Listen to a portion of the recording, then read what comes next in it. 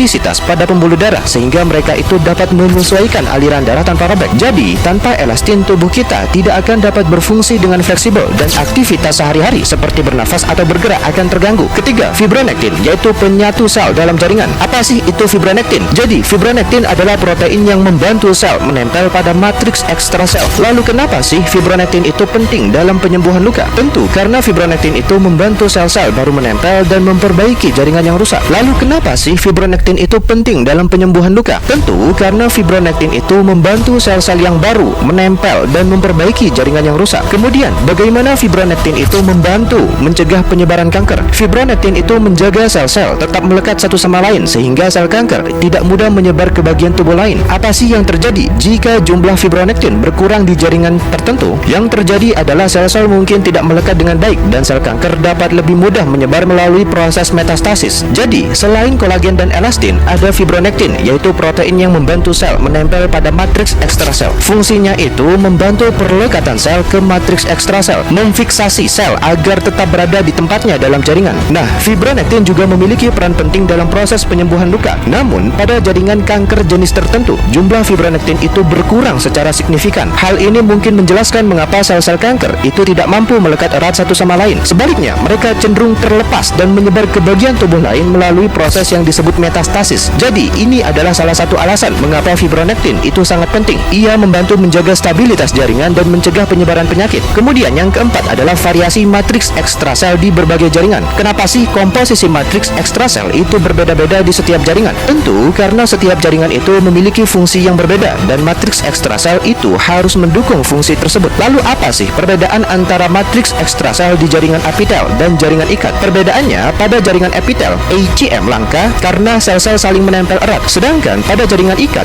ACM adalah komponen utama dengan banyak kolagen untuk kekuatan tensil. Lalu kenapa sih tendon mengandung banyak kolagen? Tentu karena tendon itu membutuhkan kekuatan tensil untuk menahan tarikan otot. Dan apa sih yang terjadi pada matriks ekstrasel di tulang dan gigi? Yang terjadi adalah matriks ekstrasel di tulang dan gigi mengalami kalsifikasi untuk membantu struktur keras yang melindungi organ vital. Jadi, komposisi matriks ekstrasel itu sangat bervariasi tergantung pada jenis jaringan. Ini memungkinkan setiap jaringan itu memiliki lingkungan lokal yang sesuai dengan fungsinya. Pada jaringan epitel, ACM itu langka di jaringan epitel karena sel-sel epitel umum saling menempel erat satu sama lain. Contohnya, sel-sel epitel di usus bergantung pada taut sel khusus seperti desmosom dan tight junction untuk menjaga integritas jaringan. Kemudian, pada jaringan ikat, ACM adalah komponen terbesar di jaringan ikat yang mencakup tendon, ligamen, tulang rawan, dan tulang. Fibroblast adalah sel yang bertanggung jawab